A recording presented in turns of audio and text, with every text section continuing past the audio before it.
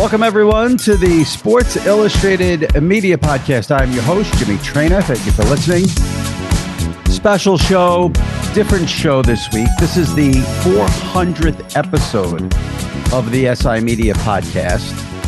And I'm not a big milestone guy, but that's pretty significant, 400 episodes for a podcast. So I'm going to spend a couple of minutes here doing a little chatting about the pod. We also have Alan Sepinwall from Rolling Stone on the podcast to talk about summer TV and things you should be watching here as we get through the last month of this horrible, horrible time of year until football starts. So normally I bring on my buddy Sal Licata at the end of the podcast for Train of Thoughts, where we go through some stuff and talk about what's going on and pop culture, current events. But we're going to start with Sal at the top here and bring him in and talk about the 400th episode of the SI Media Pod, read some Apple reviews, and then we'll chat with Alan Sepinwall. So, Sal, how are you?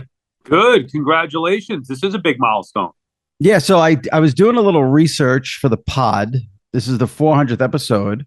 You joined the pod on episode number 344. 344. Wow.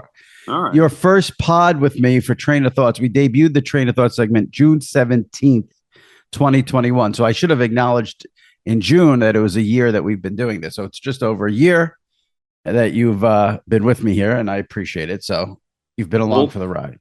Thank you for having me. I can't even believe it's been a year. It's fun. Once a week, hanging out with you for a little bit for a year. That's pretty cool. We've definitely had good times and laughs. I have to mention the SI Media Pod was started by Richard Deitch, who's now at The Athletic. And I asked Deitch to come on, but he declined because he doesn't want to do video. So he was my first ask for this week. Deitch did 168 of the 400 episodes.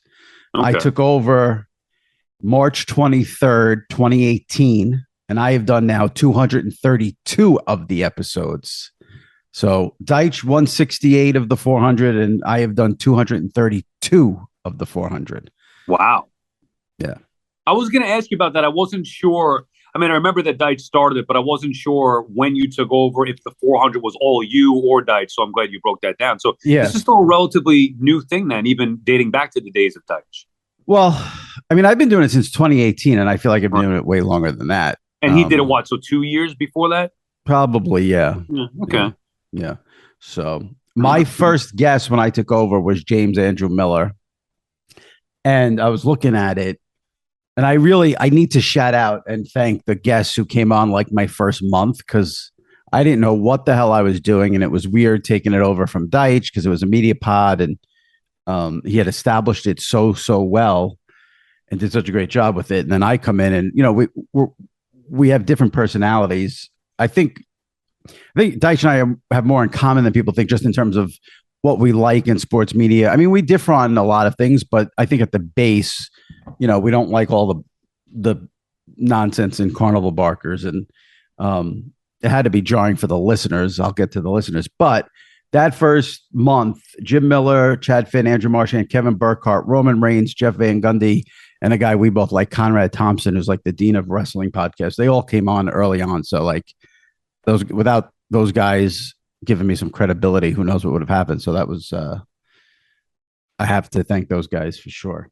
I remember those too. I know you've had some of them on since, but I remember it because you were just taking it over. So I was listening, supporting the podcast, of course, supporting my friend. But I remember you getting big names, which was, those are some big, first week doing it, those are some pretty big names. Yeah. That was good. And I've said this many, many times, but I do think the pod was in a bizarre, crazy way, was helped by COVID, in that with COVID, we started doing this on Zoom. And I think the pod has been so much better doing these on Zoom. So that's, to me, been the biggest change and difference over doing it for 232 episodes. I also want to just shout out, because I never do this and I should, two people at SI, Scott Brody, Dan Bloom, who are in charge of podcasts and run podcasts. They've been nothing but complimentary to me and have always said nice things about the pod. And it's good to have that internal support from those two. And then my producer, Shelby, who I don't mention enough, who's doing this right now, Shelby Royston, who's been with me since we think about 2019, is an excellent producer, so flexible. and deals with my sort of hodgepodge way of putting this together. So need to thank them. And then, of course, the listeners. I have to say, it's so bizarre because I've written a column on the internet for so long. And those people are so loyal. It's insane to me. I mean, I have people who started reading me back in 2007 and they still read my column today. But when you're on the, when you write for the internet on a daily basis, you do get people who hate you and nastiness. The pod is not like that. The pod, everyone's nice. It's a very nice change. All the listeners, so great. So, even when there's something people don't like or something negative, they tell me in a nice way. And that's what you want. I'm surprised more people don't give me shit for I always say, and but people don't point that out, which is nice. But, people point out they don't like the wrestling or they may not like this guest, and that's fine. It's all good. But I have to say the listeners are very, very, very, very nice. And I do appreciate everyone taking the time. It's crazy. The podcast world is insane. I mean, there's just way, way, way, way, way too many podcasts. Everybody has a podcast. If you weren't on overnights at FAN, you'd have a podcast. They actually podcast the show, right? Whatever, break down the show into podcast form. I know it's ridiculous, but that's what you have to do to separate yourself. I don't know how, but you've been able to do that, and it's great. I mean, you get big time guests, which separates the podcast, but it's such a cluttered world, the podcasting world. Other than being a guest on yours, I really don't know how it works, but I know that you've been able to obviously separate yourself with the guests that you get and just the conversation you have with them. I think it's been great. Well, I hate what you guys do there on radio when you chop up a show and then call it a podcast. No, you're a radio show. All right. You're not don't go into my world and stay separate. Well, let me ask you though, is it when they say podcast form, I don't know, you're right. It is completely different. It is a radio show that is broken down into hours that you can get available via the podcast, but it is totally different. It's a brilliant move what radio. I mean, Sal's on the overnights on the fan. He's on, I should say, well, this is going to come out Thursday. So you're going to have 2 mornings. Sal is on the mornings this week, 6 to 10 on WFAN with Greg Giannotti, and they're doing a great job. So you can watch Sal on the CBS Sports Network nationally if you're listening to this, and locally or nationally, go to the Odyssey app and you can find Sal this week. He's in the morning, 6 to 10. Normally, Sal's on at night, 2 to 5 or midnight to 5. And FAN, they put out the whole show and they call it a podcast on the app. And that's the way, obviously, that's one of the good things. I'm always here complaining about streaming with sports, but that's actually a great thing that you can listen to any radio show anytime now, which is huge. Well, it's crazy, right? Think back to Joe Beningo, who used to, a legend on the overnights, where people would want to hear his open after a Sunday night Jets loss or whatever. You have to wait up till 12 or 1. Well, now you don't have to do that. I mean, you always want people listening live, but it's a great advantage that you could listen to it really anytime now. Right. Well, I always think about Howard because when I first started listening to Howard, I was in college, and Howard was on then 6 to 10. Well, there were days he'd go to 11, but that was it. There was no other way to listen. It didn't change. Even when he first got to Sirius, they didn't really develop their app, I think, until a couple of years after he got there, where now you can listen to the Stern Show. But could you imagine back in those K-Rock days when he was completely out of control and he had, millions and millions of listeners when he was syndicated? If you were able to listen to him any time of day, what his listenership would have been, it's amazing. I wish, because how many times I had to leave the car and go into class at Suffolk Community College or whatever it was, wherever I was listening, or even work when I first started, maybe interning at the fan, just to leave the car. I didn't want to do it. And you're right, there's no other way to listen to it. Yeah.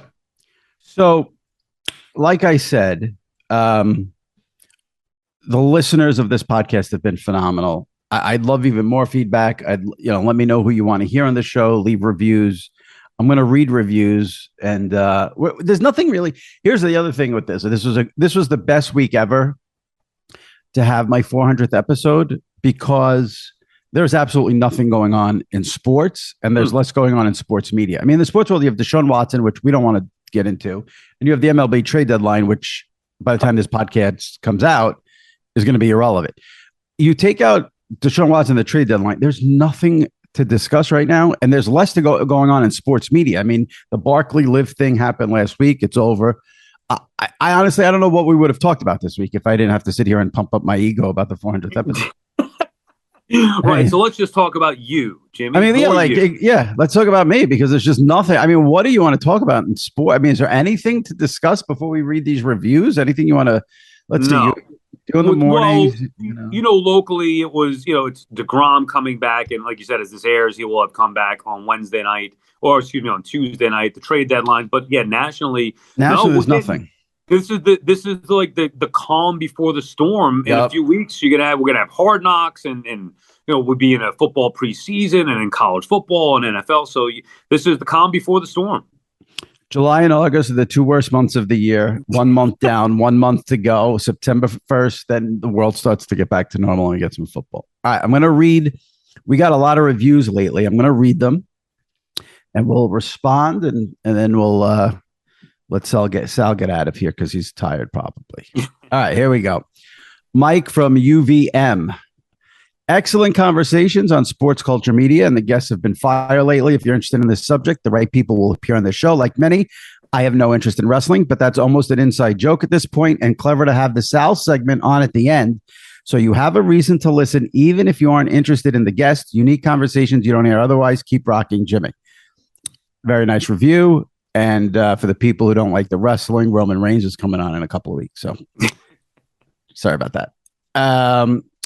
Adam Pod Connoisseur, 5-star review. Love this podcast. It's all the major topics in sports and when worth it news media. My favorite part of Sports Illustrated from over the years and translates great to the podcast format. As a displaced Long Islander, appreciate the New York spin on the discussion also. If I can, question for the next episode. What is the best Long Island pizza place? My vote is Braccinelli/Coliseo, but wanted to hear your take. Seems like train of thoughts fodder with Sal for sure. All right, Sal, what is your favorite Long Island pizza place? Little Vincent's, without question. There are two. Right. The one in Ronkonkoma and there's one in Huntington. Right. If you're looking for just regular pizza, for me, Little Vincent's is the best. Mine is La Piazza in Plainview and Umberto's New Hyde Park. The Sicilian or square slice there is really the best thing in the world. Ooh, I got to check that out. Little Vincent's. Oh, you've never been to Umberto's? No, I don't think so. Oh my God! What kind of Long Islander are you? It's like one of the top. Not a good one. I stay in Suffolk most time. Didn't I introduce you to Maureen's Kitchen? Yes, fantastic. Right. So I introduced you to Maureen's Kitchen. Now I got to bring you to Umberto. You're lucky you have a fat friend. You don't know where to go at all these. All right. We have Spider1361. If you like sports media, pop culture, learning, and laughing, you will like this podcast. Jimmy gets relevant guests from the sports media world and sprinkles in some funny anecdotes and gambling references, Seinfeld and Howard Stern, and the list goes on. His random observations and tales are usually spot on, but he doesn't need to scream them at you. Look forward to it each week. Could that be a shot at you? You're known for screaming. I mean, I don't think I'm relevant enough to get that, but yes, I would get that if it were on the radio. 100%, I get that all the time. But because I don't scream on here, do I? I don't scream on here. Once in a blue moon, I think you'll scream. You screamed. When did you screamed recently about you're not interested? You weren't interested in something, and it was something. Oh God, what the hell was it? Wait, what? Wait, give me 3 seconds. This is so bad for audio. 3, 2. What was it? You were screaming like, "I don't care. I just want to watch the games." Oh, though it's Zach Wilson. I know I would remember. Oh yeah, about him who he's sleeping with, right? Yeah, good memory. I totally forgot. I needed some time. All right, here we go. Now, this is Larry in Ohio. He left 4 out of 5 stars. Let's see what his issue is. Great content, don't understand the language. I've listened to the show for a long time and always look forward to a new episode. Good guests, great inside information, and even humor thrown in. I'm not a prude by any stretch of the imagination, but what's up with the recent increase in bad language? The F-bombs you dropped on the Erin Andrews episode were not very gentlemanly. Your language doesn't make you sound like a tough guy. You whine about hot weather and insects, one of the softest New Yorkers I've heard. Let's stick with great content. The segments with Sal are great. No need to lower yourself with unnecessary profanity. I actually don't think I curse. I think I barely curse on this podcast compared to real life. You shock job. Yeah, I was going to say, when were you cursing? I think I've dropped one curse with you, and you don't really curse that often, even from just listening to the other segments that you would have on. I don't. Yeah, like I think I don't. I mean, I will curse when I have to, but I don't think there's like more than, I don't know, 3 or 4. And Aaron both cursing, maybe? I mean, was that I honestly don't remember, but she's got a filthy mouth off the air. I'll tell you that. She's loosened up, and now she curses on the air. She used to not do it. And yeah, this whole thing, you whine about hot weather and insects. One of the softest New Yorkers. Yes, I'm soft. I don't even and I don't take that as an insult. I don't understand people who use it. You're so okay. Yeah, I'm soft. I don't like being hot, sweating, having sweat run down my neck, sweat run down my back, being uncomfortable, and I don't like getting eaten by mosquitoes. So yeah, I'm soft. Is that an insult? I'm not insulted by that. Yeah, I'm a soft New Yorker. Sorry, Larry. Who likes bugs or insects? I don't. So count me in for being soft as well. What the fuck? All right. Please, no more wrestling and cheer up Sal. This is from someone named Astoli. Let's start with what's wrong with the podcast. I'm giving this 5 stars because I'm going to trust that Jimmy will come to his senses and cut back on the wrestling talk. Kids, you may want to fast forward this portion of the podcast about 10 seconds, but just like Santa, wrestling isn't real. What a shock. Also, the NFL booth / Tom Brady talk is still played. Now, here's what's good. Marchand, Oran, Schrager are great sports media talk on a sports media podcast. Who would have thought? Finally, enjoy the segments with Sal, but is he as unhappy as he sometimes comes off on the air? Also, does Sal have a nickname at WFAN, much like Mad Dog or the Schmooze? All right, first things first. Like I said, Roman Reigns in a couple of weeks. Sorry about that. This guy should be thrilled, though, because he said what's good is Marchand, Oran, and Schrager. Oran and Schrager have been on the last 2 weeks, so this guy should be very content. Is Sal as unhappy as he sometimes comes up? I will say this. I don't think Sal is unhappy at all. I think Sal is actually a very happy guy, but Sal, like me, gets annoyed when there's nonsense going on, and he points it out. I just think he maybe is a little more aggressive than I am, and when he points it out, I don't know if did I ever tell that one of my all-time favorite Sal memories is when we were driving home from the city, and it was like, I don't know, 10 or 11 o'clock on a Tuesday or Wednesday, and just bumper to bumper, massive traffic, not moving. And Sal just freaks out and screams, "This isn't supposed to be happening." So now anytime something wrong happens, I just say to Sal, "This isn't supposed to be happening." But I don't think Sal is unhappy at all. No, sitting in traffic where you don't expect it, non-rush hour, right, that makes me unhappy. But look, and I get where he's coming from. I think I play it up a little bit, whether it's with the baby or the wife or whatever, that I sometimes exaggerate for effect. There is a part of me that is frustrated or, maybe not thrilled about certain things. Right. But in general, I don't think that I'm an unhappy person. Here's the point I think that's important here. In life, on a day-to-day basis, there are things that are going to make you unhappy. If you are an NFL fan and your family schedules an event on an NFL Sunday, you should be unhappy. You have every right to be unhappy, and you better be unhappy. However, that does not make you an unhappy person. Right. There are many things where you are justified in being unhappy about them. That does not make you an unhappy person. You enjoy life. You enjoy doing things. You don't walk around. But if someone's coming at you, you got a christening at Sunday at 1 when the Falcons are playing. Yeah, you should be unhappy.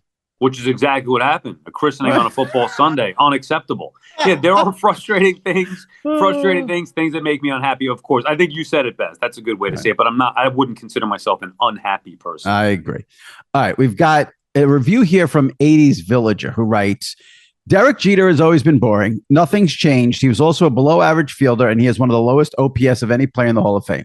That's the entire review. Now, he left 5 stars, so I read it, but I just will say that he's wrong. All right. I love that review because he did it specifically to get to you. That's great. He got 5 stars. That's all. Listen, he gave me 5 stars. Jeter's got 5 rings. That's all that matters. By the way, I am enjoying the hell out of that captain show. I've seen the first 4. Yeah, it's great. I'm surprised. I understand people hate the Yankees and they hate Jeter. I'm surprised though that has stopped so many people from either watching it or enjoying it or saying it's good. Yeah, well, you were saying like, oh, as a Met fan, you're gonna hate it. And believe me, watching episode 3 when they relived the 2000 World Series, it was not easy. He just dismissed the Mets. I don't care about that. He should. They are the Mets. Like I get that. He said the same stuff about the Red Sox too, by the way. But the show is great that even though it was painful in some of those moments and frustrating, I can't get enough of him or the show in general. I'm looking forward to the next couple episodes. Same here. 80s Villager, they're not going to like that. All right, we got 3 more reviews. We'll read them quick. Here we go. Pagosa Heaven. Great job once again. Always interesting. On a side note, just spent 3.5 weeks in Greece, Croatia. Saw 1 Royals hat, about 25 Dodgers hats, and well over 2,000 Yankees hats. No others. Most were worn by non-Americans. I guess they come to the U.S. on vacation, and the hats look good to them. Yankees marketing doing a great job. By the way, sorry to say, Sal, not one Mets hat, none. There's a guy taking a shot at you for no reason out of nowhere. Yeah, what do I have to do with this? No, I mean, I'm not surprised by that. Nobody's especially in Croatia. Is that what you said? They're not Mets. Yeah, Greece and Croatia. Yep. Short review here. Someone named Lee Eskin loved the podcast and the eclectic group of guests. Sal complaining about his family is hilarious. You should have Sal's wife on to return the favor. Hell no. Are you insane? You think she should hear this? My wife has no idea. She got upset one time that I told her that I said on air that she's not a sports fan. And she's like, how could you say that? People are going to think I'm not a sports fan. I was like, in my mind, I'm thinking, if you knew half the stuff that I said about you or us, I'd be dead. What about when you went on this podcast and complained about having to go to our family's house for Thanksgiving and the brother-in-law listened to the pod and ratted you out? That's a better story. Oh, God, I know. It could get me in trouble, that guy who listens. Friend of the family. Yeah. Millennial loyalist. As an avid weekly listener to the show, I would highly recommend this podcast to anyone interested in entertaining banter with sports personalities. Topics include new sports shows, WWE sports media personalities, and Jimmy's obsession with Al Michaels and Chris Russo. Keep up the good work. Question for Traina Thoughts: has there been any discussion to having on any Barstool sports personalities? The problem with I would have Big Cat and PMT on, but why would they come on here? They have the biggest podcast in the world. They don't need to go on any other podcasts. I mean, they literally have the biggest sports podcast. They do it better than anyone. I don't know why they'd come on here, but I mean, I'd be open to it, obviously. I mentioned at the top, I asked Deitch to come on, who used to host. He declined, but I told him, he was like, I'll call in. I'm like, no, that has to be video. I said, leave a 5-star review and a note, and I'll read it on. So Deitch actually left this. I'll give him credit. He left his name as MJF Promo. So for the people who hate wrestling, they're not going to get this, but MJF is like the best wrestler on the mic these days in AEW. So Deitch, congrats to Jimmy Traina on getting the SI Media Podcast episode 400. I respect how much passion he's put into the audio space. This podcast means a lot to him. Now, when you're done listening to an episode and reading this, please head over to the Sports Media Podcast hosted by Richard Deitch. Thank you. So there's Richard Deitch chiming in. So those are all the reviews. The listeners did a phenomenal job with those reviews. Good stuff there. Sal's not angry. We're not going to have Sal's wife on the pod. No, I would say you're angry. You're not unhappy. That's how I break it down. Sal's angry, but not unhappy. And we got to go to Umberto's in New Hyde Park. That's basically. Have I ever taken you to La Piazza? Because that's my favorite place. We might have, but I don't remember either. Where is that one? I mean, we've been out to dinner 1,000 times. We never do pizza. I feel like we usually do steak. I mean, obviously in the city we're going to different places. We went famously to DeFara's for pizza. Maureen's is our spot. That's where we go to. We like the breakfast places. Well, more often than not over the years, we've done Maureen's and steakhouses. Those are generally the two go-tos. We did DeFara. We've done other stuff, but I don't think we went to a regular pizza spot. I shouldn't end the podcast on this note because it's a controversial topic, but I actually think pizza is extremely overrated. What? See, there it is. I'm surprised. Well, I'm surprised just saying, you say that. Come on, we talked about it for a while. I'm just saying there are so many things I'd rather have than pizza on a daily basis. I mean, listen, I'm not it's good. I'm not saying it. I like pizza. Don't get me wrong. I like pizza. Like DeFara's, we did that. No, I like it, but I'm just saying it's not my go-to. It's not, I don't crave it. It's not like when we go to a steakhouse, that's a big deal. Like a steak, even if I just put a steak on the barbecue, give me that. Right. I made a flank steak over the weekend on the barbecue. Like that to me is so much better than pizza. That's just me. But I know people have an aneurysm if you say that. All right, Sal, I appreciate it. And thanks for doing this for over a year now. And like I said, if you're a fan of Sal's complaining, He's on the Fan in the morning this week in New York, and on CBS television, CBS Sports Television, and then back to the overnights next week. So when you have to switch like that, does that wreak havoc on your life? Yes, it does. Because now, like, let's say by tomorrow, and Sal's not complaining. I asked him the question. Go ahead. Let's say by tomorrow, my body clock starts to get adjusted to this schedule. And then Sunday, it's back to, I got the overnight again. So the back and forth can be rough. It takes a few days to get into it. But like you said, I'm not complaining. I'm very happy. Will you watch any of the Thursday night NFL Hall of Fame exhibition game? It's the Jaguars and I forgot who, because I know it's the Jaguars because no chance. Because they said zero chance. Trevor Lawrence will not be playing. Will you? You're going to Jaguars? Watch listen, am I going to sit in my chair at 8:00, put on NBC and watch from the opening play to the end? No. Will I have it on my TV at some points throughout the night? Yes. Who's the play-by-play for it? This is what's crazy. NBC is sending, here's a good media topic. NBC is sending their full Sunday night, like Tirico and Collinsworth. Okay. Their whole pregame show is going to be there. And, they're making a big deal of it. But we're taping this Tuesday morning, and it came down Tuesday morning, unfortunately. Trevor Lawrence isn't playing at all. Like, if Trevor Lawrence would have played the first series, I would have watched every down of that, but right. I'll flip around. I'll pop it on, gonna miss Al, but Tirico's great. And but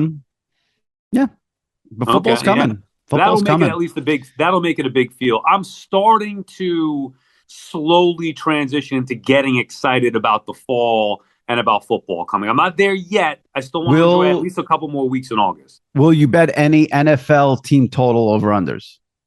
I don't know. I'm gonna now. I have not bet since the Super Bowl. Full disclosure, I've not placed a wager since the Super Bowl.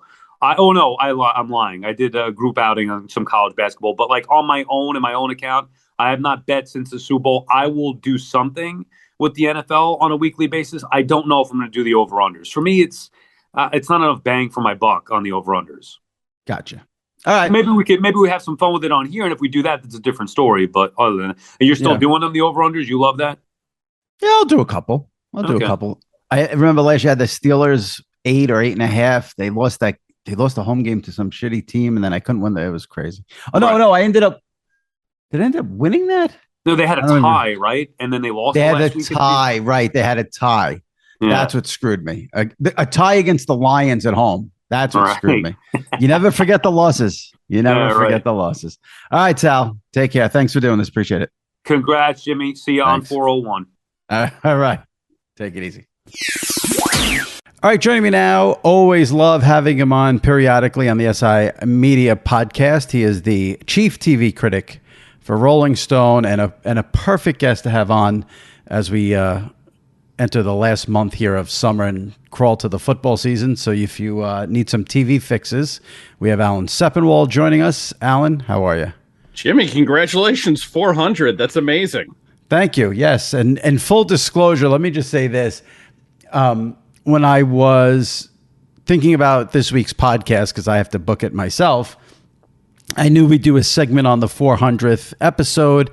And when I was thinking about this Monday, I mean, there was absolutely nothing going on in sports and sports media. And I said, this summer, people get into their summer TV shows. Everyone's on vacation. Everyone's off from work. This is a perfect time. And I was like, nothing's going on. Let me get Alan on. This is the perfect week. And then we had the Dolphins and the tampering. We had Vince Scully pass away. And now it looks like I'm not paying attention. But I'd much rather talk to you and about TV than those things anyway. Oh, and the Deshaun Watson. That's what came down. But this is way more important. So I appreciate you coming on. The Bear is better than anything in sports right now. Da Bear. So we got to get into it. But before we get into the Bear and summer TV and what people should be watching, let me start with this. Because you are the aficionado on all things Sopranos. You wrote the book. You covered it better than anyone. Yes. If you hear Sopranos, you think Alan Sepinwall in terms of coverage. We recently had the passing of Tony Sirico, Paulie Walnuts. I talked about it on the pod. I'm just curious what if you had a relationship with Tony, any stories about Tony, anything you'd like to share about the great Tony Sirico who played Paulie Walnuts on The Sopranos? Tony, I interviewed a bit less than some of the other actors on the show, but I had one memorable encounter, and then I know one other great story about him. And when I first came onto The Sopranos beat for the Star Ledger at the start of season 4, I thought, all right, I'm going to do a story because I've noticed that a lot of actors on this show came to acting late in life. And so you had, like, the guy who played Johnny Sack had been a masonry contractor. Steve Van Zandt was obviously in the E Street Band, etc. And so I started approaching people, and I went up to Tony Sirico because I knew that in an earlier phase of his life, he was himself a criminal who had done time for, I believe, armed robbery. And he immediately took offense in that very sort of Paulie Walnuts way of like, whoa, what are you talking about? I've been acting for 25 years. I don't want to be lumped into your story here. I'm not that anymore. And it was very much like whatever wall existed between the actor and the character just went away in that moment. And I did not necessarily feel afraid, but I definitely felt like, oh, I'm now in a scene with Paulie Walnuts. And ultimately he convinced me, and he was not included in that article. The other was right before the show was ending, I was interviewing a bunch of the department heads, one of whom was the costume designer, and she would talk about how most of the actors on the show really hated the wardrobe. Like, not that they thought it was bad, but just like, I would never wear this in real life, even though I know it fits my character. And then there was Tony Sirico, who one year he comes in for his costume fitting. He says, hey, I got a shirt just like this at home.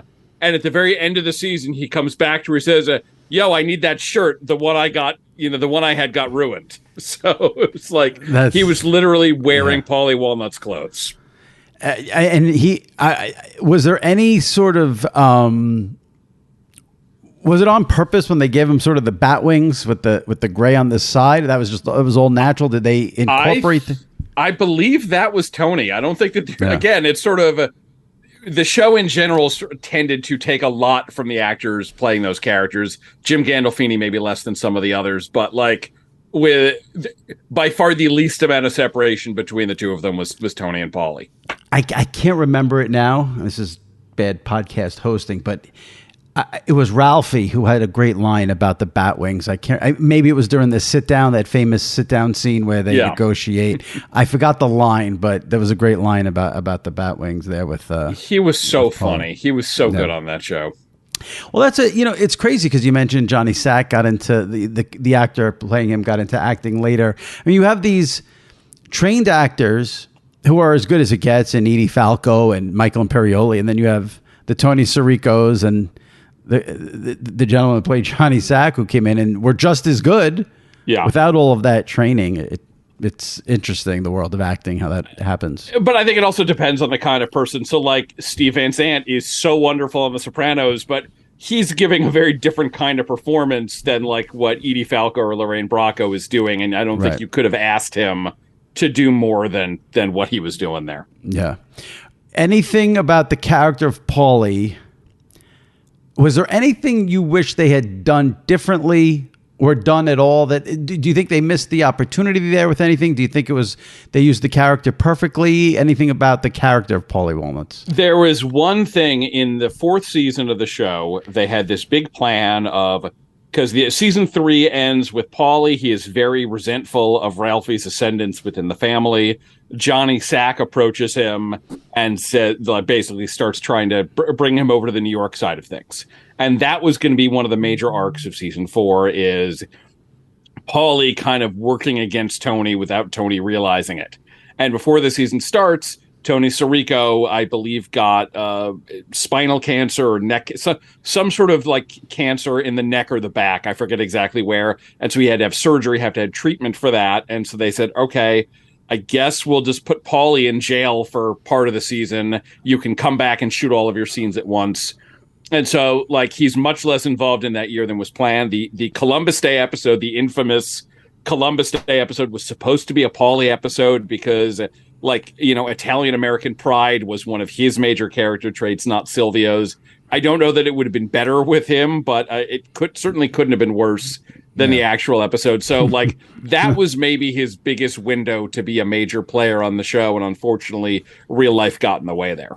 Man, that's wild because they had a similar incident in the earlier seasons with Nancy Marchand, who played Tony's mother. So it's like it hit twice, it seems like. I one of the things I loved about The Sopranos was there was a time there where you thought maybe Tony was going to kill Paulie on the boat, on the ship, whatever the boat, while they're eating, about the joke with Johnny Sack and Ralph, and he didn't. And I like that, because you always expect. It's funny that two of the most memorable things were non-killings. Or Melfi not telling Tony about the rape, and Tony, everyone thinking for sure he's killing Paulie, and then he didn't kill Paulie. So I think the show was smart doing that because. And when I spoke to David Chase after Sirico passed, he said one of the reasons that Paulie made it all the way to the end is just they liked writing for him too much to kill him off in a way that maybe it was slightly easier for some of the other characters because Paulie never stopped amusing them. Absolutely. Speaking of HBO shows, I joined the rest of the world a month ago and finally watched Succession. I think the last time you were on, you told me it was a must-watch show, and I don't know why I loved it, got hooked immediately. Curious where you put it in the ranking of all-time HBO shows. Do you put it up there with all of the classics that everyone knows, like The Sopranos and Game of Thrones, or do you put it a notch below? Where do you put it? I mean, I think I might put it above Game of Thrones, but that's just because I was never as big a Game of Thrones fan as I think some people were. That's a really uneven show with huge highs, but also some really annoying lows. I get a weird relationship with Succession. I watched, I think, the first couple of episodes of the show before it came out. I said, this doesn't really seem to be for me. And I put it away, let somebody else review it. Then I had all of my TV critic friends and TV nerds on Twitter saying, no, you got to watch it. You got to watch it. You're going to really love it by episode 6. I get to episode 6. I'm like, no, I still don't know that why do I care about who's going to inherit this company filled with terrible people? They're like, okay, no, episode 7 is definitely the one. And they kind of kept teasing me along all the way through the end of the first season. I'm like, guys, this is just not for me. It's okay. And then sometime during the pandemic, early on, I said, all right, you know what? I've got to go back to this. And starting with the second season, I think I really latched onto it. I do think it is a terrific show. It just took me a while to acclimate in a way that I didn't have this problem with Sopranos, which is you're watching a show where everyone is just a monster. But maybe this particular type of monster seems a little less fun right now, but I think the performances are great. The writing is so sharp and so funny. It's a really terrific show. I love that story because I give up on shows a lot too. There was something recently on Netflix that everybody was watching. I watched like 20 minutes of it. I was out and I was like, I'm done with this. But I love that you went back. And I get that. It's weird. It usually takes me time to get into a show. I have to say I was hooked pretty much from the beginning. Yeah. I like that you went back though. And so after I binged it in less than I watched all 3 seasons in less than a week. I did one of those crazy binges. And then I go and read as much as I can about it. And it was interesting because everything I saw, it seems like the consensus was that season 3 was the best season, but I enjoyed season 2 more. I thought 2 was brilliant. 3 was good, but I like 2 more. I think 2 is probably the peak of the show so far. 3 has some incredible things. 3 also has that thing that happens to shows after they've been on for a while, where it's like, how many different sort of iterations of the same thing can you see? Sopranos went through that too. It's like, oh, there's another annoying new captain, whose name starts with R, right? Who's getting under Tony's skin. So there's a lot of like, which of the kids will be in the inner circle and which will be on the outs this year. And I think they still do it really well and execute it on a high level. But there's definitely a bit of sameness to this season, after they've been doing it for a while. It's funny you say that about The Sopranos, because when I talk about it with diehards, I always say, like, what did you like? The Ralphie season better? The Richie season better? The Tony Blundetto season? You said it perfectly. Every season was a new sort of foil. I remember there was one year, it was towards the end, the actors knew nothing about the show, like other than the immediate script in front of them, and sometimes only their own scenes in that script because the show was so paranoid. And so one year there's an actor named Lenny Veneto. You would know him if you saw him. He's not super famous. He plays Christopher's new sidekick, Murmur, who hangs around with him in the last couple seasons. He was like Christopher's AA sponsor, right, but also good at forging documents. And he's there for his first day of filming, and everybody knows Lenny but they're like, so who are you playing? And Lenny says, I don't know, because they won't tell me anything. And Jim Gandolfini kind of wanders over and says, maybe you're the new Richie Aprile, the guy we all yell at for the next 6 months. That's great. That's what it was. That's what it was. I think I got hooked. See, back to Succession. I think what really hooked. Listen, there's a lot of layers and a lot going on, but and maybe this is sick, and I shouldn't admit this, but the Roman, who I love when he's called Romulus by his dad, him and Jerry, when that starts picking up so steam. Good. Oh my God, it's so good.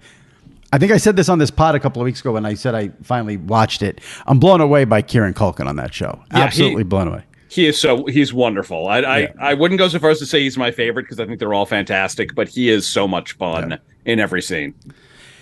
Now, Succession lived up to the hype for me, and another show that's getting as much hype as any show we've seen recently, we mentioned earlier, is The Bear. Yeah. Now, explain one thing to me. This is a really, really stupid question, but it just hit me while I'm speaking to you. I watched The Bear on Hulu. Yes. I know on the Twitter handle, it's The Bear FX. Yes. Is it an FX show that they put on Hulu? Was it ever on FX? What's going on here? I'm laughing just because I was literally in a press conference with the head of FX yesterday where someone asked about the confusion and he kept trying to dismiss it. It's like, no, it's not a problem at all. It makes sense. The deal is FX and Hulu are part of the same Disney corporate family. There's basically a lot of FX shows are now premiering directly on Hulu as opposed to premiering on FX or the FXX, so their other cable channel. Just for my listeners who would want to check this out, The Bear is not on FX at all. You can only stream it on Hulu.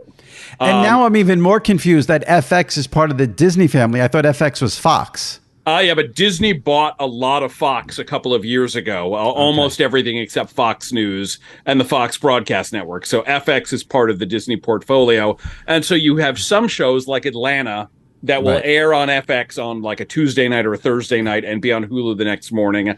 And then you have stuff like The Bear or Under the Banner of Heaven or a show that just came back today, Reservation Dogs, which is one of the best things on television that are exclusive to Hulu, but still produced by FX. And it's confusing. If you ever speak to anyone at Disney, can you just say, hey, there's a guy at Sports Illustrated who has this really little podcast. He wants FX, the name changed, so there's no more confusion with FX being part of Fox since it's part of Disney. Like maybe get rid of the FX if you're part of Disney. All right, so I will do my best. The Bear is on Hulu exclusively. Yes. It lived up to the hype for me. Yes. I love that it was 8 episodes, 30 minutes each. Yeah. Now, that's a quick watch, but it's an intense watch. I've told people, everyone I say this to, don't think, oh, it's 11 o'clock. I want to lay in bed and unwind for the day and watch something. Don't watch The Bear. You got to be locked in for The Bear. That's another one where I walked away initially just because it's like I could tell this was really good. It was also so stressful, especially those first couple of episodes where Carmy, the main character, is trying to change everything at the restaurant and nobody wants him to change everything. And I kind of just said to myself, like, do I need this amount of stress in my life? There's a million other shows. Maybe I'm just going to walk away. But the thing was, even in those episodes, I could tell, like, this is something special. It's making me feel things beyond stress. I should come back to it. And it's just wonderful. Do we know any timeline on when we'll have a season 2?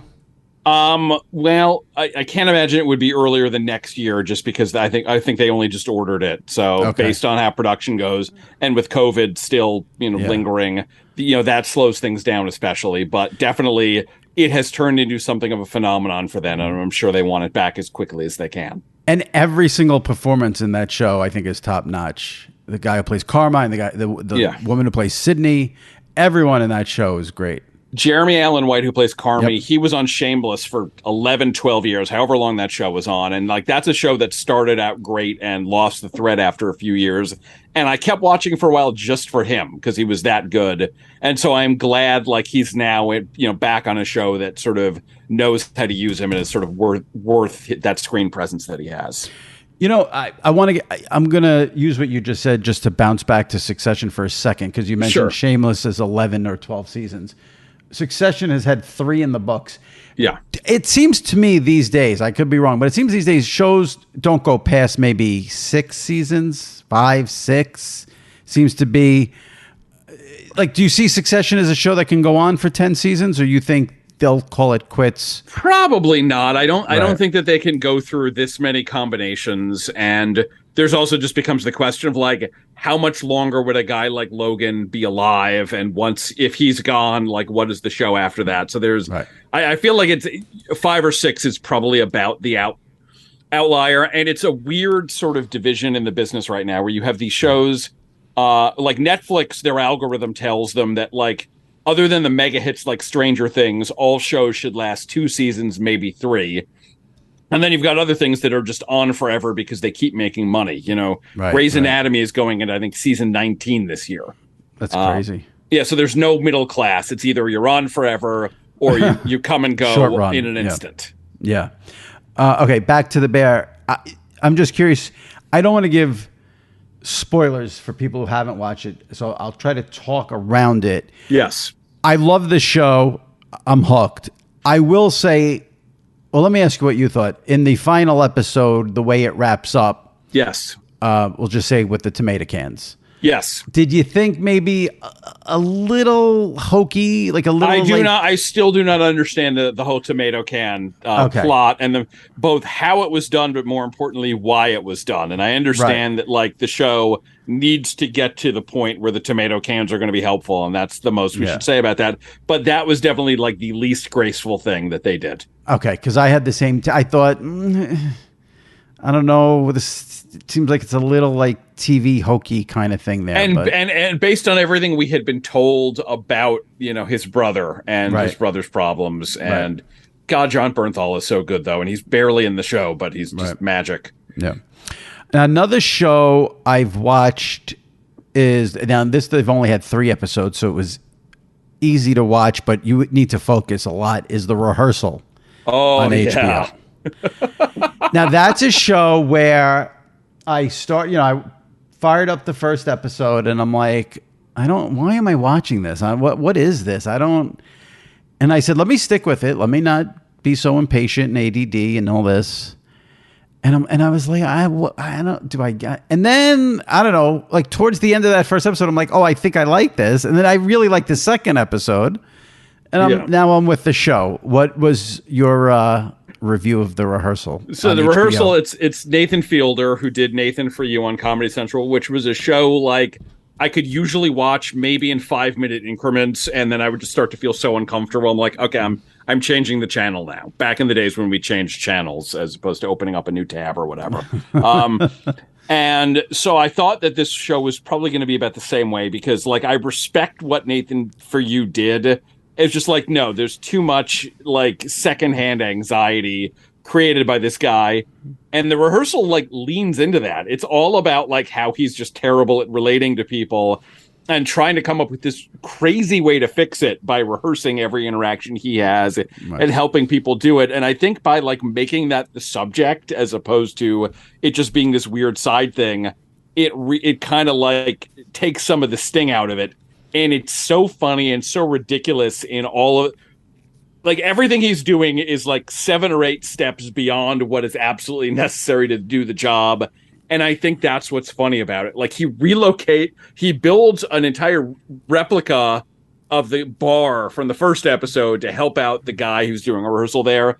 And then he moves the entire bar across the country to Oregon just because he can. It's I'm like, is this amazing? And I'm like, wait, is he doing that for real? Is it part of the show? I was confused. I'm rewinding. I'm reading. But that's the ambiguity. I honestly don't know like where the show ends and reality begins. And I think that's part of what makes it fun is some of it's real. Like I know the guy from the second episode who's obsessed with like numerology.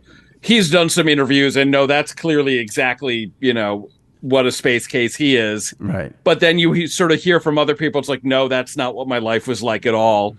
It's just, I think it's very smart and he's great. And it's going to get weirder from here. The 4th episode is like one of the most ridiculous things I've seen in a very long time. That's this Friday. Okay. Yes. Looking forward to that.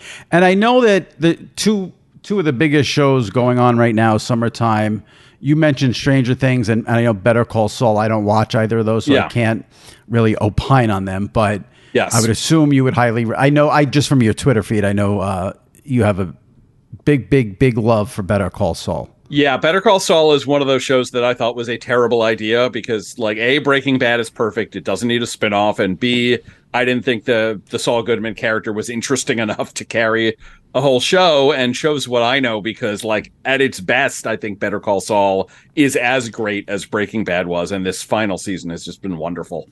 Now, I was trying to do a little research. I was looking up, hottest shows of the summer, best shows of the summer of 2022. And every list just seems completely filled with things that are either sci-fi or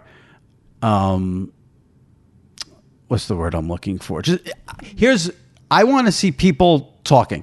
That's why I like Succession. That's why I like I don't want all the. Even there was a show that I was intrigued by. I know you've recommended it.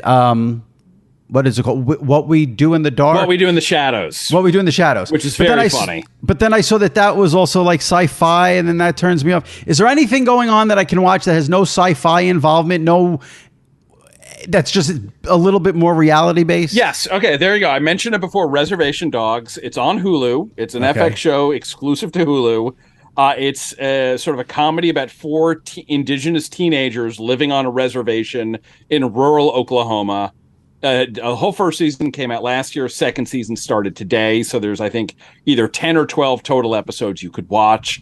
There's some level of like mysticism in it just because it deals with like native cultures, but mostly that is played for laughs. Right. I don't mind the mysticism. I saw in What We Do in the Shadows was vampires. I'm out. Yes, that's fine. Yes. There is a recurring character on Reservation Dogs who is a ghost, but he is ridiculous. And for the most part, it's just sort of like very slice of life about what it is like for these kids growing up in these circumstances and trying to get away, but also loving their culture, all of that. It's one of the best things I've seen in a long time. Okay. Reservation Dogs. Anything else you think people should be watching this summer you want to throw out, even if it's sci-fi related? I mean, I would recommend What We Do in the Shadows because that's just insanely funny. But if you are allergic to vampires, I think I might go in a different direction. But we've now run through. I've learned over the years to prep a list for like spots like this. So when someone asks what I should be watching, and we've already run through all the shows on it. So okay, perfect. I think we're good. All right. Let me ask you about a couple of sports thing. Well, let me start with this. I know you're a huge Yankee fan like me. Have you enjoyed The Captain? I have not really watched The Captain, to be honest. I love Derek Jeter as a player. I find him intensely boring as a person, and you're a Yankees fan? Yeah, he's deliberately boring. It's his whole brand. His whole brand is I will never say anything. I will never reveal anything about myself. I'm just going to go out there. I'm going to say cliches, and that's it. And I loved watching him play, and I never want to hear him talk again. This is one of the most shocking moments in the 400 episode history of this podcast. You're no curiosity to see if he opens up a little bit? Jimmy, does he open up a little bit? Yes, he does. He does. Yes. All right. I thought he opened up. Now, is he giving you like everything you want? No. Is he? Has he opened up more than Derek Jeter has ever opened up? Yes. Okay. All right. I would recommend. I know the next episode. I think they're on episode 5, which is this week. I'm going to give a full spoiler here. So if someone doesn't want to listen, pause it for 30 seconds and come back. But there is a really, I thought, fascinating television moment in this episode because they get into him being biracial. Yeah. They cut to one of the talking heads, newspaper writer, and he uses the phrase and says, Derek Jeter is colorless. The producers of the show then go to Derek, his mom, his dad, and his sister. And they rip the newspaper writer apart on the show. So you're getting a little more than the usual boring Derek Jeter experience. Okay, that's fair. That sounds intriguing to me. I can certainly take a look. I've just been spending so much time watching this year's Yankees that like any additional sports content is hard to find room for. I just figured as a Yankees fan, a Yankee fan who doesn't love Derek Jeter is just... No. I love Derek Jeter, the player. I was at the Mr. November game. It's one of like the 3 or 4 best sporting things I've ever attended in person. He's given me so many great memories. Just off the field, he is, a snooze to me. Fair enough. This is old, but I don't think I've had you on since. What were your thoughts on Winning Time on HBO, which I enjoyed? Yeah, I enjoyed most of it. I think it's a show that sort of couldn't help itself sometimes. Like it needed to be maybe 10 to 15% less caffeinated. with some of the stuff with like people talking to the camera and changing the film stock every 3 seconds and, title cards and all of that. But I think ultimately the performances were really fun. When they actually did extended game action, like in the season finale, they did it well. John C. Reilly is so good. The guy playing Magic, like that's an impossible job. Like, how do you get someone to play Magic Johnson, and you've got to get an unknown just to find someone who's at least plausibly tall enough. And they did. This guy, Quincy Isaiah, he's great. He is great. And I'm really looking forward to season 2 because I know you're a Knick fan too. Yeah. And that's going to be season 2. I think will probably be focused on Pat Riley becoming the head coach. So I'm looking forward to what they do in season 2 with Winning Time. The thing is, this is an amazing mystery. Nobody knows what season 2 is going to be. They could just come back for the next season. They could leap ahead. True. If they could leap ahead to Riley replacing Paul Westhead. They could leap even further ahead. They could also, because they bought the rights to like Jeff Pearlman's other Lakers book, they could just go straight to Shaq and Kobe. Like nobody knows what they're doing, and HBO refuses to say. So it could be almost anything. And until that's going to bum me out a little because I was looking forward to the rise of Pat Riley there. Because I'm a huge Pat Riley they'll probably fan. do it just because you don't hire Adrian Brody and not let him go full Pat Riley on you. But we'll see. Yeah. I'm going to ask you a couple of weird questions here before we wrap up. I have 3 here that I wanted to just if one of my themes on this podcast when it relates in relation to the sports world is I complain weekly about the amount of streaming services you need to sign up for if you're a sports fan because it's all splintered. Take away sports fan. Let's say you're not a sports fan, you're a TV fan. Yes. If you can only have 2 streaming services. Yes. Which 2 would you have? Hulu and HBO Max. So not even Netflix. The HBO Max I think is in terms of interface and usage is the best, and then obviously the shows too. But so you say Hulu and HBO. Okay, because with HBO Max, you're getting the whole HBO library. You're getting also all these classic movies if you like movies. It's got by far the best movie lineup of anybody. But also, I think they've just done they've got all the current HBO shows too, and they've done a lot of interesting stuff on their own, like Hacks and Station 11. And our flag means death and a lot of other things. So they're very good. And Hulu has, as we've been talking about, all these FX shows. Like pretty much everything on that list I prepared was either an HBO or an FX/Hulu show for this. And they've got a great library as well. Third place, I would actually not even go Netflix. I'd go Apple TV Plus, which just doesn't have nearly as much content as the others, but has some, like their batting average is ridiculously high. And I love For All Mankind and Ted Lasso and Severance and Pachinko and a bunch of things they've done. Where do you stand on the morning show? No. I do not stand on the morning show. Hate that show and I watch every episode. So then I hate myself. I hate the show and I hate myself. I think there's something about Jennifer Aniston that like I'm just like I have to watch her because Jimmy. I don't know, but I hate the show. It's so bad. It's such a bad show. I watch every episode. I hate myself. Jimmy, we're like in August and I heard a stat yesterday that there's already been like 400 scripted TV shows that have premiered just this year. There are so many better things you could be spending your time on than the morning show. Agree. I will say, you mentioned a show. It's funny. When I took down my initial notes for the pod, I forgot to write this show down. I was thinking about the pod this morning. I said, make sure you write down that show. Forgot, and you mentioned it. Hacks. Yes. Everyone needs to watch Hacks. It's a great show. It's really good, yes. Season 2, I was nervous. I thought season 2 couldn't. I do think season 1 was, significantly better, but I thought season 2 was still very, very good. And the ending of season 2 really leaves you like, what the hell's going to happen here? No, it definitely, I watched that and I thought, is this the series finale? Did they just end it? And clearly they did not. So, the other thing, you mentioned 400 scripted shows. Where do we stand in network TV? ABC, CBS, NBC, Fox. Is it when I see the numbers that network shows get, I can't believe they just keep going and going. And are we ever? Where are we in terms of like? Are we going to get to a point where one of these networks say like, we're done with scripted shows in prime I think time? we're getting pretty close to that. I think in a lot of cases, it's just like if you've developed anything remotely interesting, you're not going to put it on your broadcast channel. You're going to put it on your streamer because that's just where the audience is going. If not for live sports, I don't know if broadcast TV would be financially viable right now. It's just, I don't know that it's ever going to go away entirely, but it's becoming really, really hard because there's entire generations that are not used to that at all. They're entirely on their different streaming apps and nothing else. And if you tell someone, something's on NBC or CBS, they'll go, what is that? So I don't know. And as we're starting to see, you're getting certain live sports going straight to streaming. I got to fire up, Amazon every Friday or something to watch the Yankees. Thursday. Oh, Friday. Right. No, Friday. Yeah. I thought you were talking about football. Yeah. For the Yankees. Yeah. And so as I think they buy more and more of those rights, I think the broadcast networks are going to, face an even tougher uphill climb. It's going to be wild. Very strange. Yeah, very. And you know what I wanted to ask you? Then I'll have the last one. You have to consume so much TV for your job as a TV critic for Rolling Stone. I would imagine your time is limited. Do you ever go back and watch an old show?